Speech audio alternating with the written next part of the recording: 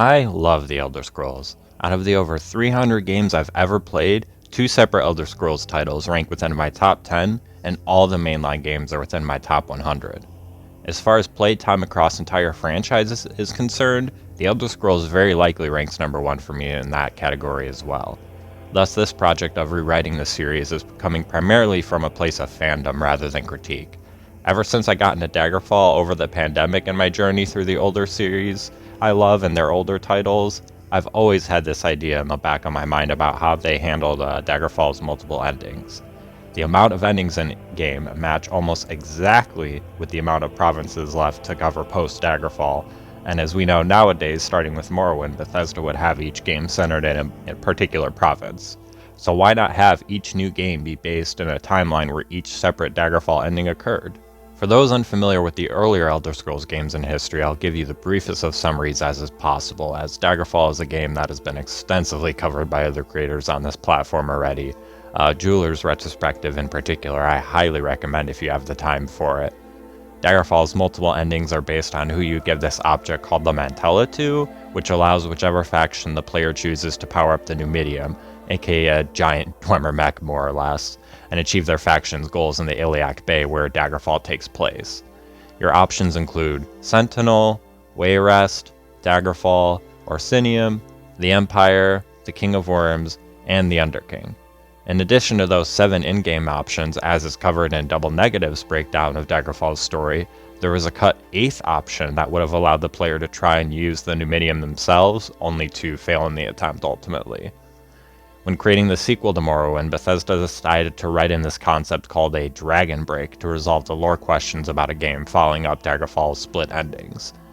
This more or less stated that all endings happened at once and somehow, somewhat canceled each other out.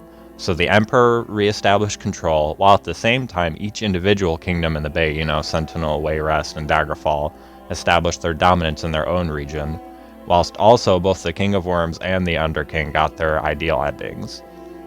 Needless to say, both I and many other players aren't really a fan of this solution, as it effectively partially nullifies all players' chosen endings in Daggerfall, which is unideal, quite frankly, in my opinion, for a non-linear franchise. If I could magically put myself in the Bethesda writing decision-making process back then, knowing what I know now, what would my proposal have been instead of a Dragon Break?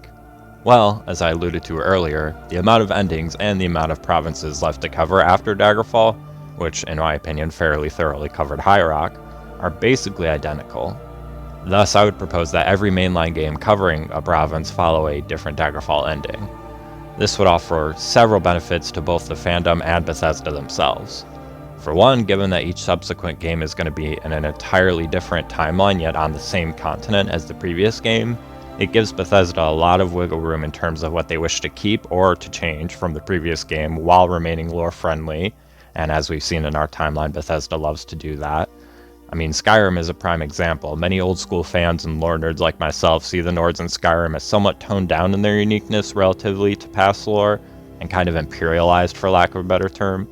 However, if each game followed a separate Daggerfall ending and Skyrim, the Skyrim that we know, took place in a universe where the Empire got the Numidium, then suddenly the Nords being a bit more imperialized than before makes a whole lot more sense.